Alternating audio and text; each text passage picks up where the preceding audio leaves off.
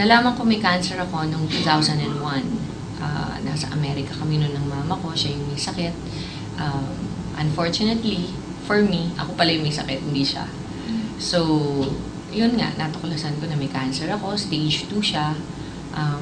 Siyempre, when you discover you have cancer, natural na magpapakimo, magpaparadiation, lahat yon ginawa ko.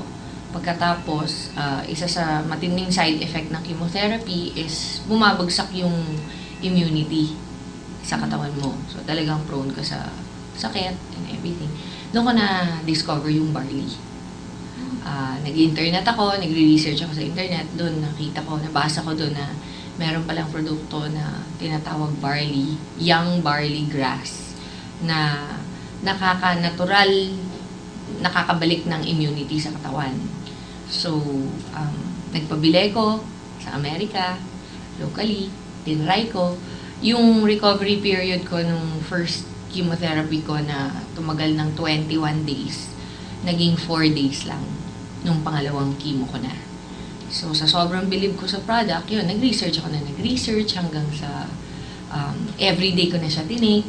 Sabi ng mga doktor ko, hindi na daw ako magkakaanak ulit pagkatapos ko magpa-chemotherapy dahil nga sa sobrang toxic ng mga drugs ng chemo, masisira na daw yung ovaries ko.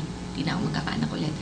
Pero dahil sa pag-take ko ng barley araw-araw, after 3 years nakalipas, bumalik yung menstrual cycle ko, nagkaanak ako ulit. So, parang lahat ng sinabi ng mga doktor ko na imposible na mangyari, nabaliktad ng barley, naayos yung sistema ko, nagkaanak ako ulit, Eva. Ngayon, meron akong 4-year-old na anak na lalaki. So, and every day, hindi ako nagva-vitamins, ang tawag doon yung maintenance meds, wala akong tinitake na gano'n. Tinitake ko lang talaga barley, araw-araw. So, syempre kahit paano, tao lang naman ako, hindi ko naman sasabihin na kahit kailan hindi ako nagkakasakit. Pero, magkasakit man ako, ina-up ko lang yung dose ng barley, nakukontra siya kaagad.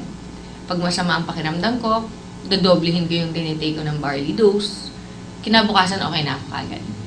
Ganun, hindi ako nag-antibiotics, yung mga drugs na binibigay ng mga doktor, hindi ko siya tinitake. Barley lang.